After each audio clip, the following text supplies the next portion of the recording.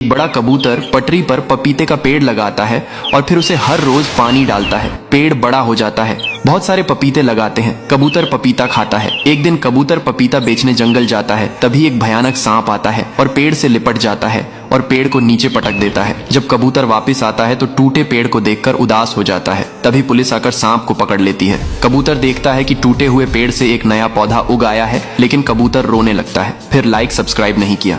कबूतर एक मधुमक्खी के छत्ते से शहद खाने लगता है, इसलिए मधुमक्खियां गुस्सा हो जाती हैं और कबूतर पर हमला कर देती हैं, जिससे कबूतर का शरीर मधुमक्खी के छत्ते जैसा हो जाता है। कबूतर भागता भागता किसान के पास आता है। किसान कबूतर के ऊपर गाय का दूध डाल देता है, जिससे कबूतर ठीक हो जाता है, लेकिन कबूतर रोने लगता। फिर लाइक सब्सक्राइब नहीं किया। यह बंदर जमीन में बहुत सारे गड्ढे खोदता है, फिर वह बहुत सारी मिट्टी के दिए बनाता है, फिर उन दियों को जलाकर हर गड्ढे के पास रख देता है। इसके बाद वह आसमान की ओर देखने लगता है। तभी अचानक आसमान से बारिश होने लगती है। धीरे धीरे सभी गड्ढे पानी से भर जाते हैं। सारे जानवर वहां आकर उन गड्ढों से पानी पीने लगते हैं। तभी एक खरगोश आता है और वह हर गड्ढे में स्ट्रॉबेरी के बीज डाल देता है। कुछ समय बाद उन गड्ढों से स्ट्रॉबेरी के पेड़ उग आते हैं। फिर सभी जानवर और बंदर मिलकर स्ट्रॉबेरी खाते हैं। फिर भी किसी ने लाइक नहीं किया।